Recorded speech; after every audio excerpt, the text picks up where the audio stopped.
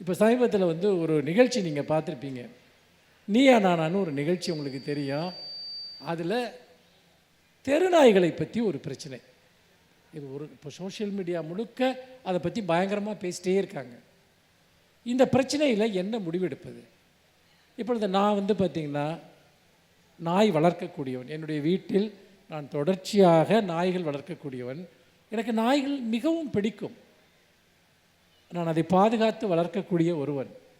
உங்களில் பலரும் கூட அந்த பெட்ஸ், அந்த நாய்கள் மேல், பூனைகள் மிகுந்த அன்பு கொண்டவர்கள் இருக்கலாம். இப்பொழுது தெருவில் நாய்கள் தெரிகின்றன, தெரு நாய்கள் இருக்கின்றன. அந்த நாய்களுக்கு சில பேர் உணவளிக்கிறார்கள். உணவளிப்பதோடு தங்களுடைய கடமை முடிந்து விடுகிறது என்று நினைத்து விடுகிறார்கள்.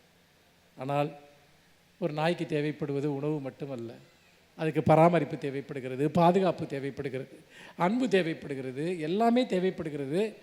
இன்னொன்று, நாய்கள் அடிப்படையில் ஒரு வனவிலங்கு, அதை நாம் புரிந்து கொள்ள வேண்டும். அதை நம்ம என்ன பண்ணியிருக்கோம்னா, நம்ம கூட வச்சுருந்து சிவிலைஸ் பண்ணி வச்சுருக்கோம். அதாவது ஓரளவுக்கு அதை சிவிலைஸ் பண்ணி வச்சுருக்கிறதா நம்புகிறோம். அடிப்படை அதனுடைய இயல்பு என்பது அது வந்து ஒரு வனவிலங்கு, வேட்டையாடக்கூடிய ஒரு விலங்கு. அந்த வேட்டைத்தன்மையை நீங்கள் அதை ஜீன்லேருந்து எடுக்கவே முடியாது. ஆனால் நம்ம அதை ஒரு ஹோம் அனிமலாக கன்வெர்ட் பண்ணி, நம்ம அப்படி தான் சொல்லணும், அதை கன்வெர்ட் பண்ணி நம்ம கூட வச்சுக்கிட்டு இருக்கோம். இப்போது ஒரு பிரச்சனை, தெருக்களில் ஏராளமான நாய்கள் இருக்கின்றன. நான் நாய்களை நேசிப்பவன். ஆனால் தெரு நாய்கள் குழந்தைகளை கடிக்கின்றன, மனிதர்களை கடிக்கின்றன, மிகப்பெரிய அபாயங்களை பலருக்கும் விளைவிக்கின்றன என்பதை பார்க்கிறோம். அப்போ இந்த பிரச்சனைக்கு என்ன தீர்வு என்று கேட்டால், நாய்களை நேசிப்பதாக சொல்லக்கூடியவர்கள், நீங்கள் அதெல்லாம் ஒன்றும் பண்ணக்கூடாது, அதுக்கு சாப்பாடு கொடுக்குறத தடுக்கக்கூடாது, நீங்கள் அதை ஒரு பெரிய இது மாதிரி வச்சு, ஹோம் மாதிரி வச்சு மெயின்டைன் பண்ணணும், இப்படியெல்லாம் வந்து கருத்துக்களை சொல்கிறாங்க.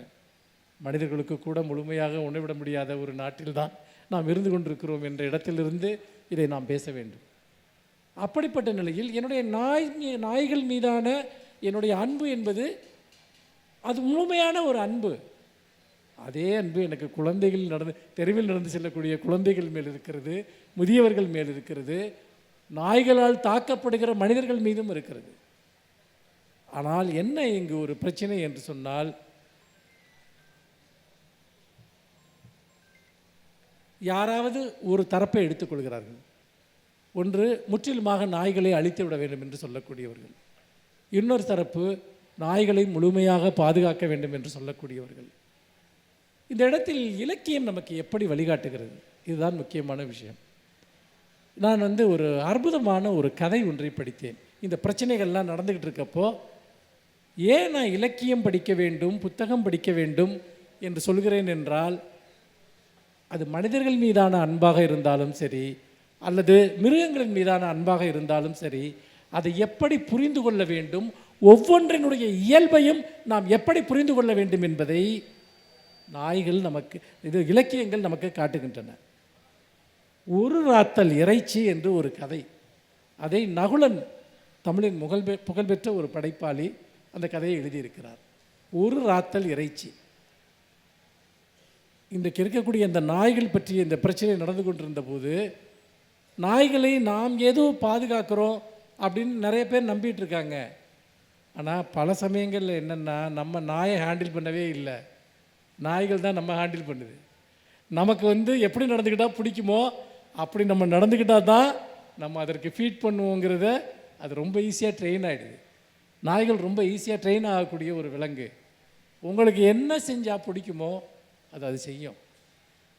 ஒரு ராத்தல் இறைச்சிங்கிற ஒரு கதையை வந்து, அந்த கதையை நான் இப்போ படித்தப்போ எனக்கு ஒரு பெரிய வியப்பு என்னென்னா, ஒருத்தர் வந்து ஒரு டாக் வீட்டில் வளர்க்குறார், ஒரு நாட்டு நாய். அந்த நாய் இவர்கிட்ட வந்து, அந்த நாய்கிட்ட இவர் பேசுவார். உதாரணமாக, இன்றைக்கி நம்ம ஒரு சினிமாவுக்கு போகலாமா அப்படின்னு கேட்பார். அது இவர் ரொம்ப அலட்சியமாக பார்க்கும். அதுக்கப்புறம் உனக்கு கதை சொன்னால் பிடிக்குமான்னு கேட்பார். இவர் ஒரு ரைட்டர், நகுலன் தன்னை தான் அந்த கதாபாத்திரமாக வச்சுருக்கார். உனக்கு ஒரு கதை சொன்னால் பிடிக்குமா அப்படின்னு கேட்குறாரு. ஆனால் அதுவும் அந்த கண்டுக்காது, வந்துட்டு இவரை பெருசாக பொருட்படுத்தாது. ஆனால் வெள்ளிக்கிழமை மட்டும் இவர்கிட்ட ரொம்ப பாசமாக இருக்கும். ஏன்னா வெள்ளிக்கிழமை அதற்கு இறைச்சி போடுவாங்க. மற்ற நாட்களில் இறைச்சி கிடையாது. அப்போது அந்த சம்பவங்களை, அந்த சீக்வன்ஸை விவரிக்கிறாரு. ஒரு மதியானம் 12:30 மணிக்கு அதுக்கு இறைச்சி வைப்பாங்க. அந்த இறைச்சி வைக்கிறதுக்காக அந்த வீட்டில் வேலை செய்கிற வேலைக்காரன் வந்து இறைச்சிக்கு காசு வாங்க அவன் ரூமுக்குள்ளே வர்றது உட்பட அந்த டாக்குக்கு தெரியும். அவன் ரூமுக்குள்ளே வந்தோடனே துள்ளி குதிக்க ஆரம்பிச்சிடான். இறைச்சி வாங்கிட்டு வரல, இன்னும் இறைச்சி வாங்க போகிறதுக்கு காசு வாங்க வர்றான். அது ஒரு ரொட்டீனாக நடக்கிறதுனால அந்த பேட்டர்ன் அதுக்கு தெரியும். அவன் காசு வாங்கிட்டு போவான். காசு வாங்கிட்டு போனதுக்கப்புறம் இது என்ன பண்ண, இறைச்சி வாங்கிட்டு வருவான். இறைச்சி வாங்கிட்டு வந்தோடனே இவருடைய பூட்ஸ் காலை அது பயங்கரமாக நக்கும். பயங்கரமாக பூட்ஸ் காலை நக்கும். இவருக்கு அது ரொம்ப எரிச்சலாக இருக்கும். எத்தனையோ தடவை சொல்லுவார், நீ இதை நக்காத. அது கேட்கவே கேட்காது. அது அதிகபட்சமாக பண்ணும். இவர் மேலே விழுந்து புரளும். அப்படியே மற்ற நாளெல்லாம் இவரை கண்டுக்காமல் இருக்கும். அப்போது ஒரு நாள் அதே மாதிரி இது வழக்கமாக எல்லா வெள்ளிக்கிழமையும் இது நடந்துக்கிட்டே இருக்கும். ஒரு வெள்ளிக்கிழமை இவருடைய நண்பர் ஒருத்தர் வெளியூர்லேருந்து வந்துடுறார். வந்தோடனே அவர் பேசிகிட்டே இருக்கார். ரொம்ப நேரம் பேசிகிட்டே இருந்ததில் வேலைக்காரனை கூப்பிட்டு இறைச்சி வாங்குறதுக்கு காசு கொடுக்க இவர் மறந்துடுறார். அது ரொம்ப ரெஸ்ட்லெஸ்ஸாக அங்கங்கே அப்படியே சுற்றிக்கிட்டே இருக்குது. அதுக்கப்புறம் என்ன ஆகுதுன்னு பார்த்தீங்கன்னா, அவரை கொண்டு போய் ட்ரெயின் ஏற்றி விடுறதுக்காக அவர் வெளியே போயிடுறாரு. வெளியே போனதுக்கப்புறம் ஒரு 2-2:30 மணிக்கு வீட்டுக்கு வர்றாரு. வீட்டுக்குள்ளே நுழைஞ்ச உடனே அந்த டாக் அப்படியே அவருடைய கெண்டைக்கால் சதையை வந்து கவிருது. அப்படியே கடிச்சிருது வந்துட்டு. இவரால் அதை இமேஜினே பண்ண முடியல. இது எப்படி இந்த விஷயத்தை வந்து இந்த டாக் இப்படி வந்து நடந்துக்கிறது அப்படின்னு. அது மைண்டில் ஒரு பேட்டர்ன் இருக்குது. அதுக்கு வந்து பார்த்திங்கன்னா, அந்த பேட்டர்னுக்கு வெளியே ஏதாவது ஒன்று நடந்ததுன்னா அது உங்களை வந்து அட்டாக் பண்ண ஆரம்பிக்கும். அதை குறை சொல்ல முடியாது. அதுதான் அதனுடைய இயல்பு. நீங்கள் அதை வந்து ஆர்டிஃபிஷியலாக ஹியூமனைஸ் பண்ணி வச்சுருக்கீங்க, அவ்வளவுதான். நீங்கள் அதை டிஸ்டர்ப் பண்ண உடனே அது தன்னுடைய அந்த பிரைமேட்டிவ் ஸ்டேஜுக்கு அது போயிடுது. அந்த பேட்டர்ன் நீங்கள் டிஸ்டர்ப் பண்ணிட்டீங்கன்னா. அப்போது ஒரு வீட்டில் அவருக்கு அப்போ இந்த கதை எப்படி முடியும், ரொம்ப அற்புதமாக நகலில் அதை எழுதியிருப்பார். அது என் காலை கடித்தது கூட பிரச்சனை இல்லை, ஆனால் அந்த இறைச்சிக்காக அது என் பூட்ஸ் காலை வந்து நக்கிக்கிட்டே இருந்தது இல்லையா. நண்பர்களே, நிறைய மனிதர்கள் இதை செய்வார்கள். இந்த கதை ஒரு குறியீடு. அது மிருகத்தினுடைய இயல்பு பற்றி மட்டுமல்ல. இந்த கதை ஒரு குறியீடு.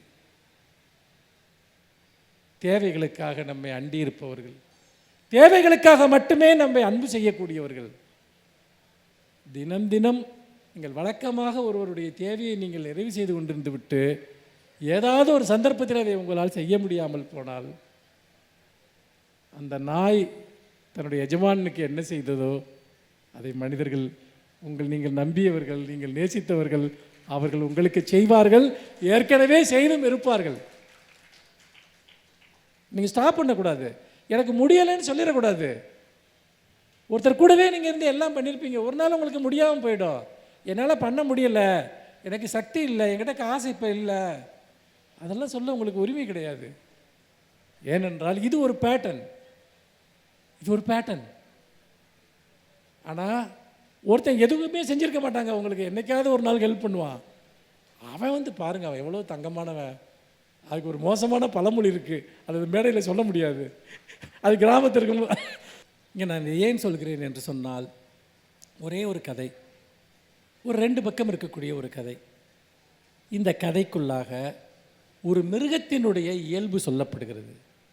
ஒரு காலத்தில் மிருகமாக இருந்து பரிணாம வளர்ச்சி அடைந்த மனிதர்களிடமும் இதே குணம்தான் இருக்கிறது என்பதை ஒரு கதை சொல்கிறது. அப்படி என்றால் இலக்கியம் நமக்கு தொடர்ந்து கற்பிக்கிறது. இந்த கற்பித்தல் தான் நம்முடைய மனதை விரிவுபடுத்துகிறது, நம்முடைய சிந்தனையை விரிவுபடுத்துகிறது. கவிதைகள், கதைகள், ஏன் நம் குழந்தைகளுக்கு வந்து பார்த்திங்கன்னா ஜென்ரல் நாலேஜ் பரப்புனா போதும்னு நினைக்கிறோம் இல்லையா? அது அறிவு அல்ல. நீங்கள் ஒரு விஷயத்தை புரிஞ்சுக்கங்க. ஒரு காலத்தில் வந்து உலகத்தில் வந்து எந்தெந்த நாட்டில் என்னென்ன தலைநகரம் இருக்குது, எந்தெந்த நாட்டு கொடி எப்படி இருக்கும், இந்த மாதிரி நிறைய தகவல்கள், உலக அதிசயங்கள் என்ன இருக்குது, இதெல்லாம் இன்றைக்கி தேவையே இல்லை. ஏன்னா சின்ன குழந்தைங்க கூட எல்லா கேள்விகளுக்கும் ஒரு ஏஐ மூலமாக ஒரு பதிலை உடனே பார்த்துட்றாங்க. நம்மளும் அப்படி தான் இருக்கோம். உங்கள் தலைக்குள்ளார நீங்கள் எதையுமே ஸ்டோர் பண்ண வேண்டிய அவசியம் இல்லை. தகவல்களை, இன்ஃபர்மேஷனை, ஏன்னா உங்களுக்கு எது தேவைன்னாலும் அடுத்த செகண்ட் நீங்கள் அதை வந்து கையில் இருக்க மொபைல் மூலமாக நீங்கள் பெற்றுக்கலாம். அப்போ நம்ம மூளைக்குள்ளே எதை நம்ம ஸ்டோர் பண்ண போகிறோம்? இந்த ஏஐ, இந்த கூகுள், இதெல்லாம் கொடுக்க முடியாத ஒன்று இருக்கிறது, அதைத்தான் நாம் கொடுக்க வேண்டும், அதைத்தான் கவனம் செலுத்த வேண்டும். ஆமாம், நம்ம படிக்கத்தான் செஞ்சுருக்கோம். அதனுடைய பயன் என்ன? ஒரு வேலைக்கு போனது மட்டும்தான் அதனுடைய பயனா? எத்தனை விதமான இலக்கியத்தில் அறிவியல் கருத்துக்கள், வாழ்வியல் கருத்துக்கள் நமக்கு சொல்லித்தரப்படுகின்றன. எல்லாருமே ஸ்கூலுக்கு போயிட்டு தான் வெளியே வந்திருக்காங்க. ஸ்கூலுக்கு போகாமல் யாருமே இல்லை. ஸ்கூலுக்கு போயிட்டு வந்ததில் திடீர்னு பாடப்புத்தகத்தை எடுத்து பார்த்தா அந்த பாடப்புத்தகத்தில் சொல்லித்தரப்பட்டவற்றில் ஒரு 10% நம்முடைய வாழ்க்கையில் நமக்கு அது நம்ம அப்ளை பண்ணியிருக்கோமா? அப்படி அப்ளை பண்ண முடியலைன்னா அப்போ அதனுடைய பயன் என்ன? நாம் எதை படித்தோம், எதை மறந்தோம்? இந்த கேள்வி மிக மிக முக்கியமானது. கற்றதினால் ஆன பயன் என்ன? அப்படி பார்க்கிற போது இப்போ உதாரணமாக உங்கள் எல்லோருக்கும் தெரிந்திருக்கும், பிறப்புக்கும் எல்லா உயிருக்கும் என்கிற வார்த்தை தெரியாதவர்களே கிடையாது. அதனுடைய பொருள் எல்லோருக்கும் தெரியும். ஆனால் பிறப்பால் எல்லோரும் சமம் என்பதை வாழ்க்கையில் நாம் எத்தனை தரம் உணர்ந்திருக்கிறோம்? எப்போதாவது அந்த கருத்தை வாழ்க்கையில் செயல்படுத்தி இருக்கிறோமா? நம்மால் அப்படி செயல்படுத்த முடிந்ததே இல்லை. அதனால் இதை நாம் திரும்ப திரும்ப படிக்கிறோம், பல தலைமுறைகளாக படிக்கிறோம், பிறப்புக்கும் எல்லா உயிருக்கும் என்று. ஏன் நம்மால் பிறப்பால் எல்லோரும் சமம், எல்லா உயிர்களும் சமம் என்பதை ஏன் ஏற்க முடியவில்லை என்று சொன்னால் அதற்கு ஒரு காரணம்தான் இருக்கிறது. பிறப்புக்கும் எல்லா உயிருக்கும் என்று சொல்லிவிட்டால் எப்படி சமமாவோம் என்பதை தெரிந்து கொள்வதற்கு நாம் தொடர்ந்து படிக்க வேண்டும். அது ஒரு நல்ல கருத்து தான். நிறைய பொன்மொழிகள் இருக்கிறது. யாதும் ஊரே யாவரும் கேளீர் படிச்சிருக்கோம். தீதும் நன்றும் பிறர் தர வாரா படிச்சிருக்கோம். யாதும் ஊரே யாவரும் கேளீர்னா இங்கே பார்த்திங்கன்னா வடநாட்டுக்காரனை நம்ம விரோதமாக பார்க்குறதில்ல. ஆனால் இங்கேருந்து போகிறவங்கள பலர் ரொம்ப விரோதமாக பார்க்குறாங்க. நாடு விட்டு நாடு போகிறவங்க மேலே அந்த உள்ளூரில் பலவிதமான எனிமிட்டி இருக்குது. இப்போ இன்னும் கூட சில பார்த்திங்கன்னா இப்போ உதாரணமாக ஒரு குறிப்பிட்ட மதத்தை சேர்ந்தவர்களுக்கு வீடு கொடுக்க மாட்டோம், குறிப்பிட்ட ஜாதியை சேர்ந்தவர்களுக்கு வாடகைக்கு வீடு கொடுக்க மாட்டோம். அப்போ நம்ம யாதும் ஊரே யாவரும் கேளீர்னு படித்தோம் இல்லையா? அதை எப்படி புரிந்து கொள்வது? நாம் புரிந்துதான் படிக்கிறோமா, அறிந்துதான் படிக்கிறோமா என்றால் இல்லை. அந்த வாக்கியம் சொல்வதற்கு நன்றாக இருக்கிறது என்று அதை சொல்பவர்கள் பலர் இருக்கிறார்கள்.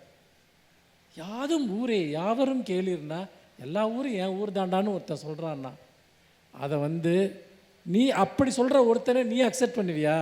உனக்கு அது சௌகரியமாக இருக்குது. யாதும் ஊரே யாவரும் கேளீர், இந்த உலகமே நீ அக்செப்ட் பண்ணிக்கணுன்ட்டு.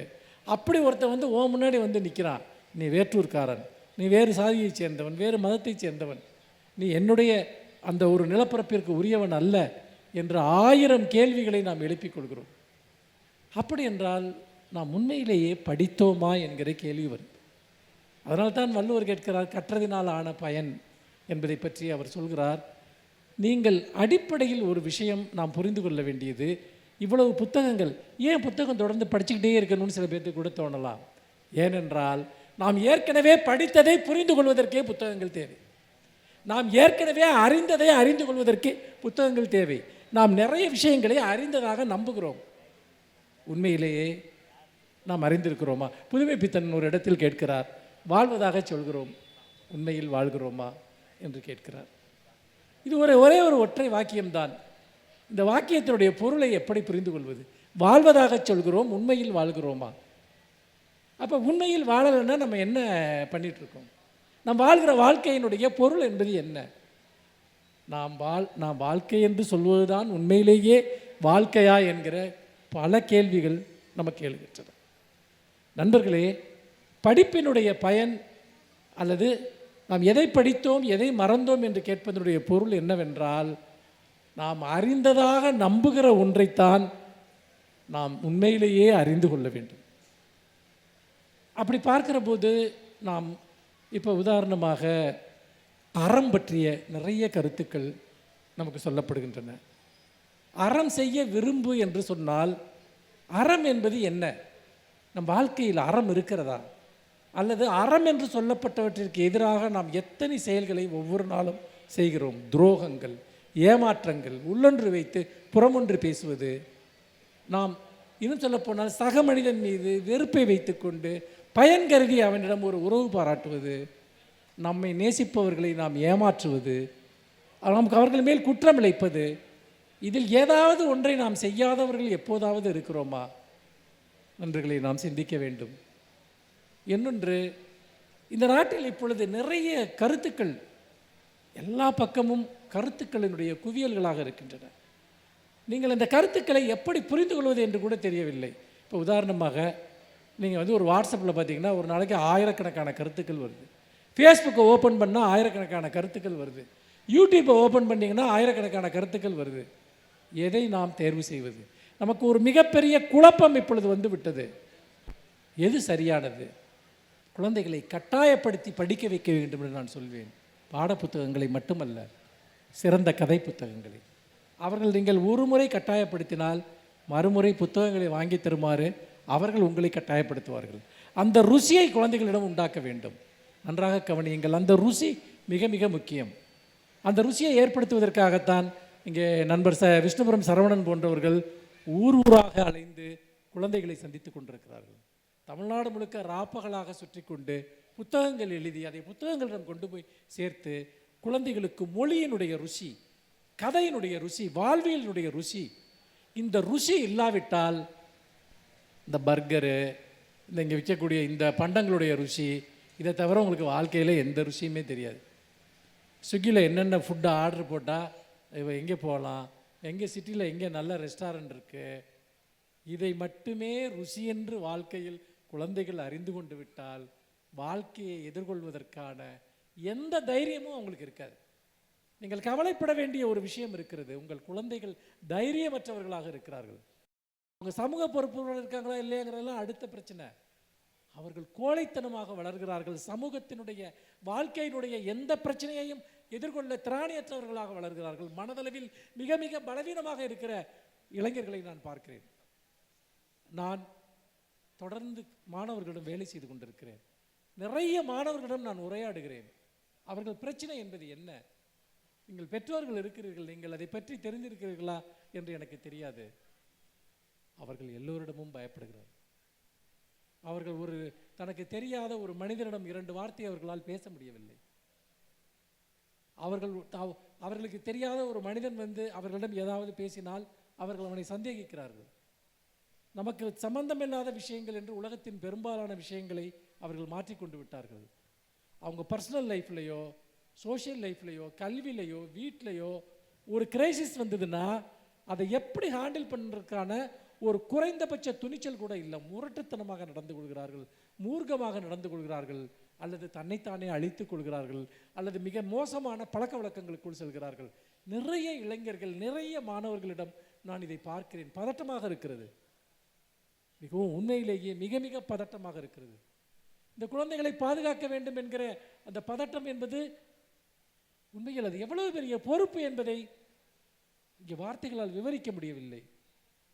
நம்முடைய குழந்தைகள் நம்மிடம் இருக்கிறார்கள் என்று நினைத்துக் கொண்டிருக்கிறோம். இல்லை, சமூகத்தின் எத்தனையோ விதமான சக்திகள் அவர்களை கையாளுகின்றன.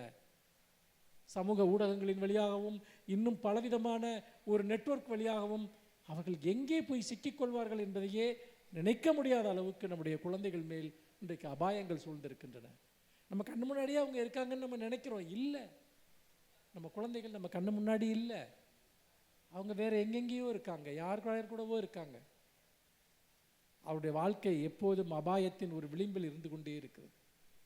அதனால்தான் நான் சொல்கிறேன், இந்த புத்தகங்கள் என்பவை அவர்களுக்கு அவர்களுடைய தன்னிலையை அறிவதற்கு, தன்னைத்தானே அறிவதற்கு, தன்னைத்தானே புரிந்து கொள்வதற்கு, இன்னும் சொல்ல போனால் தன்னுடைய மன உலகை விரிவுபடுத்துவதற்கு அவர்கள் கதைகளையும் கவிதைகளையும் நாவல்களையும் அவர்கள் படித்துத்தான் தீர வேண்டும். இது ஒரு வாழ்வியல் கல்வி.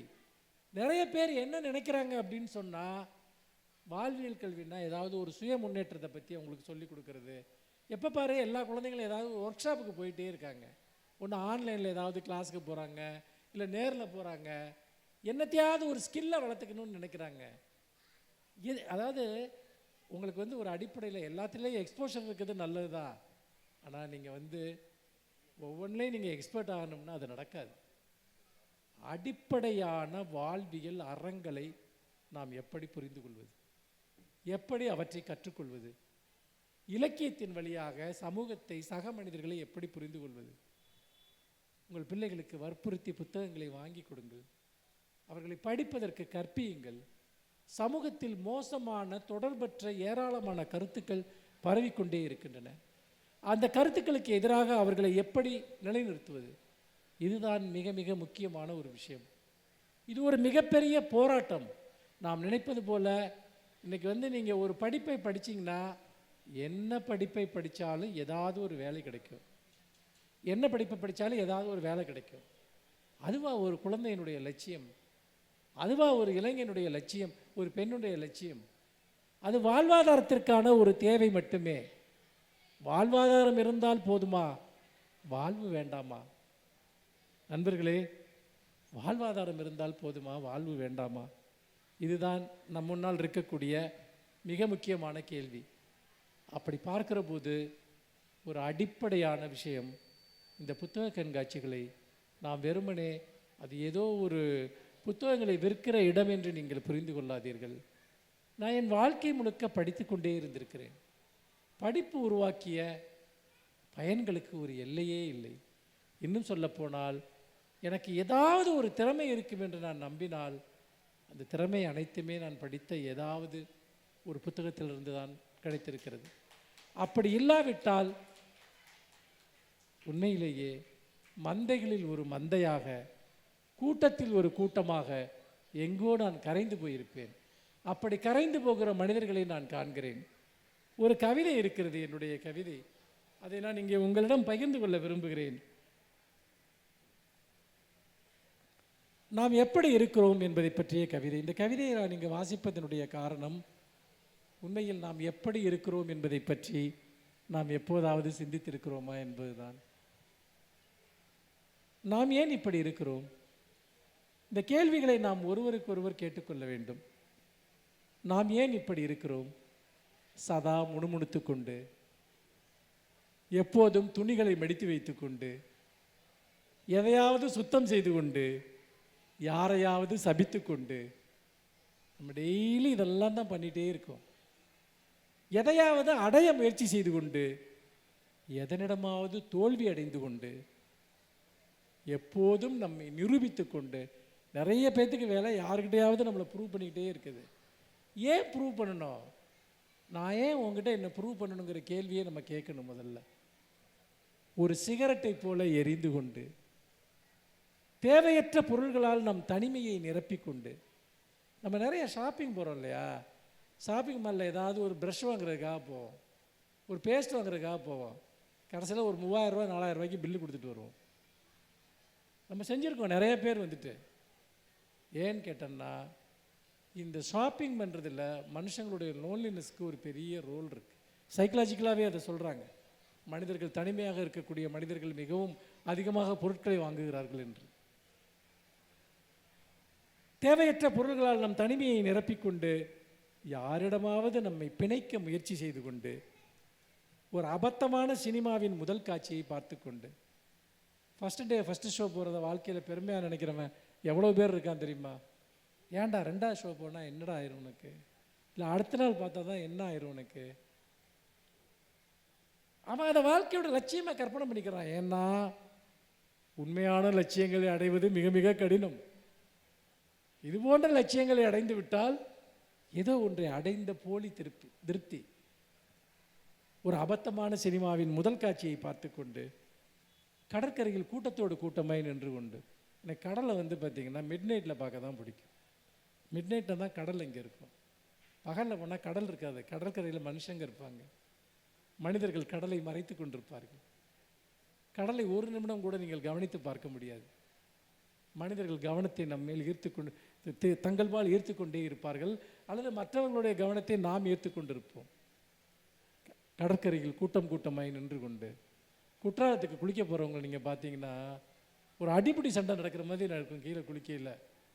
அந்த மாதிரி ஒரு எனக்கு இது அருவியை குளிக்கிற அனுபவமா வேறு எதுவுமான்னு எனக்கு நிறைய நேரம் ரொம்ப டவுட்டாக இருந்திருக்கு. நம் குழந்தைகளை சந்தேகித்து கொண்டு, நம் வீட்டிலேயே திருடிக்கொண்டு, மலிவான பொருட்கள் எங்கே கிடைக்கின்றன என்று எப்போதும் யோசித்து கொண்டு, ஆஃபரில் எது போட்டாலும் அதை வாங்கணுங்கிறது ஒரு வியாதி. 50% ஆஃபர்னா அவன் முதல்ல நினைக்கிறது இந்த பொருள் நமக்கு வேணுமா வேணாமான்னு யோசிக்கிறது இல்லை. அது 50% ஆஃபரில் கிடைக்குது, வாங்குறவங்க இருக்காங்க. நம் வீட்டில் நாம் பயன்படுத்துகிற பொருட்களை விட பயன்படுத்தாத பொருட்களினுடைய குப்பை மிக மிக அதிகம். எனக்கு ஒரு பொருள் பயனற்றது என்றால், நான் அதை பயன்படுத்த மாட்டேன் என்றால், அது எனக்கு ஃப்ரீயாக கொடுத்தா கூட அது எனக்கு குப்பை தான். அது பாதி விலையில் கொடுக்கறதுங்கிறது இல்லை விஷயம். மலிவான பொருட்கள் எங்கே கிடைக்கின்றன என்று எப்போதும் யோசித்து கொண்டு, பொறுக்கிகளுக்கு பயந்து கொண்டு, எல்லாத்துக்கும் பயப்படுவோம். ஒருத்தன் வந்து கொஞ்சம் ஏதோ அவன் ஒரு பவர்ஃபுல்லாக இருக்கானா அவனுக்கு பயந்துக்குவோம். ஏன்டா பயப்படணும் அவனுக்கு? பொறுக்கிகளுக்கு பயந்து கொண்டு, புகழுள்ள மனிதர்களை அனாவசியமாய் தெரிந்து கொண்டு, எல்லாரும் கொஞ்சம் பிரபலமாக இருக்க ஆளுங்கள்ட்ட எல்லாம் அவங்கள ஏதோ ஒரு விதத்தை தெரிஞ்சு வச்சுக்கிறத சில பேர் ஒரு பெரிய பெருமையாக நினைப்பான். அவனால் ஒரு சல்லி பைசா நமக்கு பிரயோஜனம் இருக்காது. நீங்கள் போய் ஒரு உதவி கேட்டு போனால் கூட, நீங்கள் ஒன்றும் இல்லாத ஒருத்தன்ட்ட கேட்டால் கூட அந்த உதவியை செய்வான். ஆனால் நீங்கள் ஒரு பவர்ஃபுல்லான ஆள், புகழுள்ள ஆளுன்னு நினச்சி ஒருத்தன்ட்ட போகிறீங்க இல்லையா, உங்களுக்கு பெரும்பாலும் ஏமாற்றம் தான் கிடைக்கும். புகழுள்ள மனிதர்களை அனாவசியமாய் தெரிந்து கொண்டு, அதோட ஒரு பெரிய பிரச்சனை இருக்குது. சதா ஏதேனும் ஒரு நோயை பற்றி பேசிக்கொண்டு, சில பேர் வாயை திறந்தாலே ஏதாவது எனக்கு அங்கே வலிக்குதும்மா இங்கே வலிக்குதும்மா, அது இதே பிரச்சனை. இதோட பெரிய பிரச்சனை இருக்குது. எப்போதும் பருவநிலையினை பற்றி புகார் செய்து கொண்டு, மழை அடித்தாலும் என்ன இப்படி மழை பெய்யுது, வெயில் அடித்தாலும் என்ன இப்படி வெயில் அடிக்குது, குளிர் அடித்தாலும் என்னம்மா குளிர் அடிக்குது. அதில் நியூஸ்லாம் வேறு போடுவான், 100 வருஷத்தில் இல்லாத மழை, 50 வருஷத்தில் இல்லாத வெயில், நீ பார்த்தியா? அதுக்கு எங்கேயாவது நீ ப்ராப்பராக ரெக்கார்ட் மெயின்டைன் பண்ணுறியா? எந்த ரெக்கார்ட்லேருந்து இதை சொல்கிற? 47 வருஷமாக இப்படிப்பட்ட ஒரு வெயிலை யாரும் பார்த்ததில்லை. போன வருஷமாக அதுதானே நீ சொன்ன, எல்லா வருஷமும் அதுதான் சொல்கிறோம். அது ஒரு பரபரப்பை உண்டு பண்ணுறது. சீசனுங்கிறது எல்லா பருவத்திலையும் நம்ம வந்து கஷ்டமும் இருக்கும், நம்ம என்ஜாய் பண்ணக்கூடிய ஒன்றும் இருக்கும். எனக்கு ஆக்சுவலாக மழை காலத்தோட வெயில் காலம் தான் ரொம்ப பிடிக்கும். ஒரு மாதிரி மழை காலம்னா ஒரு மாதிரி நசநசன்னு இருக்க மாதிரியே எனக்கு இருக்கும். ஆனால் நம்ம ஆளுங்கள்லாம் மழையை பற்றி ரொம்ப ரொமான்டிசைஸ் பண்ணிட்டேன். எங்களை மாதிரி கவிஞர்கள், அப்புறம் சினிமா எடுக்கிற ஆளுங்க, மழைன்னா அது சூப்பராக இருக்கும், மழைன்னா அது வந்து ஒரு பெரிய இன்பம் இதம் அப்படிலாம் ஒன்றுமே கிடையாது. மழை ஒரு நிறைய நேரம் ரொம்ப எரிச்சலாக இருக்கும். குடிக்க தண்ணி வேணும், அதுக்கு மழை வேணும், விவசாயத்துக்கு வேணும், அதெல்லாம் வேறு. ஆனால் இந்த மாதிரி நகரங்களில் வாழ்கிறப்போ வந்துட்டு ஒரு லெவலுக்கு மேலே மழை பெஞ்சதுன்னா அது ஒரு பெரிய நரகமாக மாறிடுது. எப்போதும் பருவநிலையினை பற்றி புகார் செய்து கொண்டு, இது எல்லாத்துக்கும் பின்னாடி நாம் ஏன் இப்படி இருக்கிறோங்கிற கேள்வியை சேர்த்துக்கங்க. சிறிய வருமானத்திற்கான சிறிய கணக்குகளை எழுதி கொண்டு, ஒரு சின்ன இன்கம் இருக்குது, அதுக்கு 1000 கணக்கு எழுதணும். நம்ம 5 பைசாவுக்கும் கணக்கு எழுதிட்டு அது மாதிரி ஒரு எரிச்சல் எதுவுமே கிடையாது. அதிர்ஷ்டத்தின் வருகையை எதிர்நோக்கி கொண்டு, யாருடைய சாவுக்காவது காத்துக்கொண்டு, ரொம்ப பேர் வந்துட்டு இவன் எப்போ சாவான்னு காத்திருக்கவன் ரொம்ப பேர் இருக்கான், கொஞ்சம் பேர் கிடையாது. நமக்கே தோணும், சில பேர் ரொம்ப வருஷம் பார்க்காம இருப்போம், அவன் செத்துட்டான்னு நம்ம மனசில் தோணும். பார்த்தா இருப்பான், கேட்க முடியாதுல்ல அவன்கிட்ட, நீங்கள் செத்துட்டியான்னு கேட்க முடியாது இல்லை. நான் அப்படிங்களா, நல்லா இருக்கீங்களாம்பா, அப்படின்னா நான் இன்னும் உசுரோட தான் இருக்கேன்னு அதுக்கு கேள்வி, அதுக்கு அர்த்தம் புரியுதுங்களா? நீ செத்துட்டியான்னு கேட்க முடியாது. ஓ நீங்கள் நல்லா இருக்கீங்களா, பார்த்து ரொம்ப நாளாச்சு அப்படிம்பா. அவன் உலகத்தில் இருக்கதே அவனுக்கு அப்போ தான் ஞாபகம் வரும்.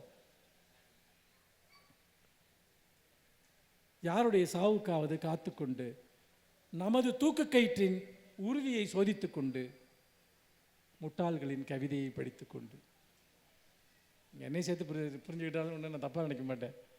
முட்டாள்களின் கவிதையை படித்து கொண்டு, குடிக்கும்போது அழுது கொண்டு, புணர்ச்சியில் வேறு யாரையோ நினைத்து கொண்டு, அடுத்த முதல்வர் யார் என்று யோசித்து கொண்டு, இதெல்லாம் உன் பிரச்சனையா? யோசிப்பான். நிறைய பேர் சீரியஸாக அதை பற்றி யோசிச்சிட்டே இருப்பான். அடுத்த வேளை குடிக்க கஞ்சி இருக்காது, பயங்கர ஆக்ரோஷமாக இருப்பான். சிறுவர்களையும் சிறுமிகளையும் ரகசியமாக முத்தமிட்டு கொண்டு, பௌர்ணமி தினங்களில் மனமுடைந்து அழுது கொண்டு, எதையாவது தொலைத்து கொண்டு, எதையாவது தேடிக்கொண்டு, நிறைய பேர் எப்போ எதையாவது ஒன்று எங்கேயாவது மறந்துட்டு வச்சுருவாங்க, அப்போ தேடிக்கிட்டே இருப்பாங்க. எனக்கு அந்த இடத்துல இருக்க முடியாது என்னால், என்னத்தையாவது ஒன்று எங்கே வச்சேன்னு தெரில, அங்கே வச்சேன்னு தெரில, நாளில் பாதி எதையாவது ஒன்று தேடுறதுலையே வேலையாக இருக்கவும் நிறைய பேர் இருக்காங்க. தவறான முடிவுகளுக்காக வருந்தி கொண்டு, தவறிப்போன சந்தர்ப்பங்களுக்காக ஏங்கி கொண்டு, சரி அந்த சான்ஸை மிஸ் பண்ணிட்டோமே, மிஸ் பண்ண தான் செய்வோம். வாழ்க்கைங்கிறதே சான்சஸை மிஸ் பண்ணுறது தான். அதை நினச்சிக்கிட்டே இருப்பாங்க. தவறி போன சந்தர்ப்பங்களுக்கு ஏங்கி கொண்டு, யாருடைய அன்புக்காவது ஏங்கி கொண்டு, கடன் கொடுப்பவர்களிடம் நட்பு பாராட்டி கொண்டு, இருக்கிறதுலே இருக்க பெரிய அவலம் அதுதான். கடன் கொடுப்பவர்களிடம் நட்பு பாராட்டி கொண்டு, சிறிய தவறுகளுக்கு பெரிய தண்டனைகள் கொடுத்து கொண்டு, பிறரது கடிதங்களை திருடி படித்து கொண்டு, தன் வழியே போகும் எறும்புகளை நசுக்கி அழித்து கொண்டு, ஒருத்தன் நமக்கு எந்த கெடுதியும் பண்ணியிருக்க மாட்டான், அவனை போய் இவன் டிஸ்டர்ப் பண்ணுவான், அவனுக்கு ஏதாவது ஒரு தொந்தரவை உருவாக்குவான். பார்த்துருக்கேன், அந்த மாதிரி நிறைய பேரை பார்த்துருக்கேன். ஏன்டா அவன் உனக்கு என்னடா பண்ணான், ஏன்டா அவனை போய் இப்படி பண்ணுற? தன் வழியே போகும் எறும்புகளை நசுக்கி அழித்து கொண்டு, கூண்டுகளில் பறவைகளை அடைத்து வைத்து கொண்டு, போலி கடவுள்களிடம் கண்ணீர் சிந்திக்கொண்டு, எதிர்காலத்தை அவ்வளவு உறுதியாய் திட்டமிட்டு கொண்டு பயங்கர பிளான் பண்ணுவாங்க. ஒன்றுமே நடக்காது. அதாவது எதிர்காலத்தை பிளான் பண்ணுறதுக்குள்ள சில ஆளுங்கள்லாம் அசந்துருவான். நம்மளை ரொம்ப கில்ட்டை உண்டு பண்ணுவான். நீ என்னப்பா ஒன்றுமே பிளான் பண்ணாமல் இருக்க, அதாவது நீ காலகாலத்தில் செய்ய வேணாமா, அதை வேணாமா, இதை நமக்கு ரொம்ப கில்ட்டை உண்டு பண்ணுவான். ஆனால் அவன் போட்ட எந்த பிளானுமே ஒர்க் அவுட் ஆகிருக்காது, எதுக்குமே ஒர்க் அவுட் ஆகாது. தூக்க மாத்திரைகளை விழுங்கி கொண்டு, மற்றவர்களின் கடமைகளை நினைவூட்டி கொண்டு, நமது இயலாமையை மறைக்க யாரையாவது சவுக்கால் அடித்து கொண்டு, பூனைகளுக்கு உணவு தர மறுத்து கொண்டு, யாரையாவது இறுக பற்றி கொண்டு, எப்போ யாரையாவது டிபெண்ட் பண்ணியே இருக்குது. உடல் குறைபாடுகளை பற்றி சிந்தித்து கொண்டு, மலிவான வாசனை திரவியங்களை பயன்படுத்தி கொண்டு, யாருடைய உள்ளாடையையோ திருடி முகர்ந்து கொண்டு, பொது அறிவை வளர்த்து கொண்டு, எதற்காவது பயன்படும் என்று எல்லாவற்றையும் பாதுகாத்து கொண்டு, சொற்பொழிவுகளில் கைதட்டி கொண்டு, இதை கைதட்டாமல் இருந்தீங்கன்னா கைதட்டும்பா மேடையிலிருந்து, என்ன ஒரு கைதட்ட மாட்டீங்களா, நாம் ஏன் இப்படி இருக்கிறோம்னு சொல்லி தானே கேட்குறேன். இது அநியாயம் பண்ணுறீங்களே. எனக்கு கைதட்டு பிடிக்கும், ஆனால் நீங்கள் கைதட்டலைன்னா இவன் நமக்கு எதிராக ஏதோ பார்த்தீங்கன்னா ஒரு ப்ரொட்டஸ்ட் பண்ணுறான், எதிராக இருக்கான் நினைப்பான் மேடையில் இருக்கவன். ஒரு சில பேர் ஜோக்குன்னு நினச்சி எதையாவது சொல்லுவான், இவங்க எழுத்தாளர்கள்லாம் இப்படியே உட்காந்துருப்பான், ரொம்ப வேதனையாக இருக்கும். அப்புறம் இந்த மாதிரி நெறியாளர்கள்லாம் ஒரு பலமாக கைதட்டுங்கம்பாங்க, இவனை கடுப்பாக கைதட்டுவான். பார்த்தீங்கன்னா என்ன ஒரு எக்ஸசைஸ் தான் நினச்சிட்டு பண்ணுவானுங்க. என்ன சொற்பொழிவுகளில் கைதட்டி கொண்டு, நிழல்களுக்கு பயந்து கொண்டு, எப்போதும் யாரையாவது கண்காணித்து கொண்டு, எனக்கு இது புரிஞ்சதே இல்லை, இது ஒரு பொழப்பா அப்படின்ட்டு. பிள்ளைங்களை கண்காணிக்கிறது, பக்கத்து வீட்டுக்காரனை கண்காணிக்கிறது, புருஷன் பொண்டாட்டியை கண்காணிக்கிறது, பொண்டாட்டி புருஷனை கண்காணிக்கிறது. நீ கண்காணிக்கிறதுனால அவனை ஏமாத்தாமல் இருக்க போகிறானா? ஒன்றுமே இல்லை. ஆனால் இதை ஒரு பெரிய அப்சஷனாக கண்காணிச்சிட்டே இருப்பாங்க.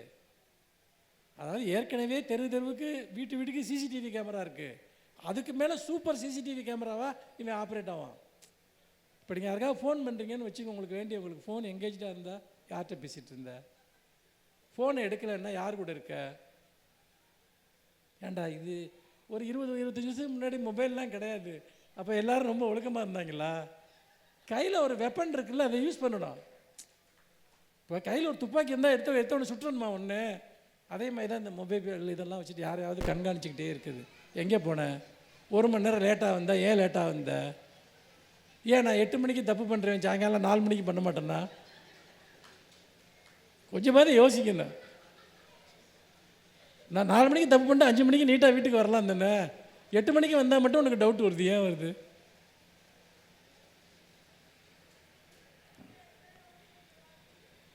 உடற்பயிற்சியினால் மரணத்தை வெல்ல முயற்சி செய்து கொண்டு, அப்படியே ஜிம்முக்கு காலையில் போய் போட்டு அப்படியே உடம்பை முறுக்கி சைக்கிள் பண்ணி அதை பண்ணி, ஆனால் வீட்டில் துணி துவைக்கிறதுக்கு வேலைக்காரி வச்சுருப்பான், அதை பண்ண முடியாது. ஆனால் ஜிம்மில் போய் அப்படியே பயங்கரமாக இது பண்ணி, ஏன்னா ஒரு 300 வருஷம் வாழணும், புரியுதுங்களா? அங்கே ஜிம்முக்கு போயிட்டு இவன் கழட்டி போட்ட ட்ரெஸ்ஸை இங்கே வேலைக்காரி துவைச்சிக்கிட்டு இருப்பா. என்ன வீடு பேர் கேட்க ஒரு ஆள் வச்சுருக்கணும், ஆனால் இவன் போய் ஜிம்மில் எனர்ஜியை ஸ்பெண்ட் பண்ணிட்டு வரணும். எளிய இறக்கங்களால் நம் மனிதத்தன்மையை நிரூபித்து கொண்டு, பிச்சைக்காரனுக்கு ஒரு ரூபா போட்டோம்னா நம்ம உலகத்தில் பெரிய ஆள் நினச்சிக்கிறது, அப்படிலாம் ஒன்றுமே கிடையாது. பிச்சைக்காரன் இவன் என்னடா பிச்சைக்காரனாக இருக்கான், 1 ரூபா தான் போடுறான், ஒரு 2 ரூபா போட மாட்டானான்னு யோசிப்பான். உடல் பயிற்சியின் எளிய இரக்கங்களால் நம் மனிதத்தன்மையை நிரூபித்து கொண்டு தங்கமுலாம் பூசப்பட்ட போலி ஆபரணங்களை அணிந்து கொண்டு அவமதிப்புகளை பொருட்படுத்தாமல் இருக்க கற்றுக்கொண்டு புகைப்படங்களை பாதுகாத்து கொண்டு எப்போ நம்ம விட்டு போய் தொலைஞ்சதுங்களெல்லாம் ஃபோட்டோவாக வச்சுக்கிட்டு அதை எடுத்து பார்த்துக்கிட்டு திறக்கம் இருக்கும் கதவுகளை தட்டி கொண்டு வேலைகளுக்குள் நம்மை நாமே மறைத்து கொண்டு வேலை மட்டும் இல்லைன்னா நிறைய பேர் சூசைட் பண்ணி செத்துருவான். வருமானம் இல்லாமல் இல்லை, வேலை இல்லாமல் இருந்தால் அவனை பற்றி அவன் சிந்திக்கணும்ல. அது இருக்கிறதுலே ரொம்ப கொடுமையான ஒரு மேட்ரு இது. நம் பால்யத்தை நினைவு கூர்ந்து கொண்டு சின்ன வயசில் எவ்வளோ நல்லா இருந்தோம், சின்ன வயசுல நீ ஒன்றும் நல்லாலாம் இருக்கலை, அப்போ வேறு மாதிரி கேவலமாக இருந்திருப்போம், இப்போ வேறு மாதிரி கேவலமாக இருப்போம், அவ்வளோதான் மேட்ரு. ஆக என் பால்ய காலம் ரொம்ப நல்லா இருந்துச்சு அப்படிலாம் விடுவானுங்க. சில பேர் சிட்டியில் இருந்துக்கிட்டு கிராமத்தில் வாழ்க்கை ரொம்ப அருமையாக இருந்துச்சுன்னு பாருங்க. கிராமத்தில் அவன் என்ன பண்ணிகிட்டு இருந்தான்னு நமக்கு தெரியும், ஒன்றும் இல்லை இங்கெல்லாம். ஆனால் கூட கற்பனைகள் ஒரு மூளையில் சுருண்டு படுத்துக்கொண்டு வேறு வழி இல்லை என்று எழுந்து கொண்டு எவ்வளோ நேரம் கோபமாக படுத்துதான் நம்மளே தான் எந்திரிச்சு வரணும். ஏமா அப்படி இருக்கான்னு யாரும் கேட்க போகிறதில்ல. யாருக்காகவாவது தியாகம் செய்து கொண்டு அதை ரொம்ப இந்த சினிமா எல்லாத்துலேயும் இது பண்ணி, அதாவது அண்ணன் தங்கச்சிக்காக தியாகம் பண்ணணும், தங்கச்சி அண்ணனுக்கு தியாகம் பண்ணணும், பேரண்ட்ஸ் பிள்ளைங்களுக்கு தியாகம் பண்ணணும், பிள்ளைங்க எல்லோரும் நியாயமாக நடந்துக்கிட்டால் போதும்னு நான் நினைக்கிறேன். யார் எந்த தியாகம் பண்ண வேணாம். உங்கள் வாழ்க்கையை அழிச்சுக்கிட்டு நீங்கள் யாருக்காகவும் நீங்கள் தியாகம் பண்ண வேண்டிய அவசியம் இல்லை. நமக்கு கிடைக்கிற வாழ்க்கை ஒன்றே ஒன்று தான். அப்புறம் நீங்கள் எவ்வளோ பெரிய தியாகத்தை பண்ணாலும் யாரும் உங்களை அதெல்லாம் நினச்சி கூட பார்க்க போகிறதில்ல. நீங்கள் ஒரு புக்கில் எழுதி நோட்டாக எழுதி கொடுத்தா கூட நீங்கள் ஒரு 20 ரூபா ஸ்டாம்ப் பேப்பரில் எழுதி கொடுங்க, அப்பா நான் உனக்கு இந்த தியாகம்லாம் பண்ணேன்ட்டு, அதை யாரும் படிக்க கூட மாட்டான். அதுக்கெல்லாம் எது செல்லாத நோட்டு அதெல்லாம் நம்ம பண்ணுற தியாகங்கள். உங்களால் முடிந்ததை செய்யுங்கள். உங்கள் வாழ்க்கையை வாழ்ந்து கொண்டு மற்றவர்களுக்காக வாழுங்கள். உங்கள் வாழ்க்கையை நீங்கள் இழந்து இன்னொருத்தருக்கு எதையும் கொடுக்கணும்னு எந்த அவசியமும் இல்லை. கொடுக்கறதுனால அது எந்த பெரிய மதிப்பையும் அவங்கக்கிட்ட பெறுறதும் இல்லை. எது கிடைச்சாலும் அதை பயன்படுத்திக்கலாம்னு நினைக்கிற ஒரு உலகம் இது. அது யாராக இருந்தாலும் சரி, முடிஞ்ச வரைக்கும் என்ன கிடைக்குதோ நான் எடுத்துகிட்டு போகிறேன். உங்கள்கிட்ட நான் 100 ரூபா நீங்கள் கொடுத்தீங்கன்னா 100 ரூபாய் எடுத்துப்பேன், 1000 ரூபா கொடுத்தீங்கன்னா 1000 ரூபாய் எடுத்துப்பேன், 10,000 ரூபா கொடுத்தீங்கன்னா நான் 10,000 ரூபாய் எடுத்துப்பேன். அவ்வளோதான் மேட்ரு. எப்போதோ நன்றாக இருந்தோம் என்று நினைத்து கொண்டு எப்போதாவது நன்றாக இருப்போம் என்று நினைத்து கொண்டு இந்த ரெண்டை தான் நம்ம திரும்ப திரும்ப பண்ணுறோம். எப்போதோ நன்றாக இருந்தோம் என்று நினைத்து கொண்டு இனி எப்போதாவது நன்றாக இருப்போம் என்று நினைத்து கொண்டு சாதாரணமானவற்றையெல்லாம் சிறந்ததென ஏற்றுக்கொண்டு மன்னிக்க முடியாதவற்றை எல்லாம் மன்னித்து கொண்டு மன்னிக்க முடியாதவர்களை எல்லாம் மன்னித்து கொண்டு நாம் ஏன் இப்படி இருக்கிறோம்? நன்றி, வணக்கம்.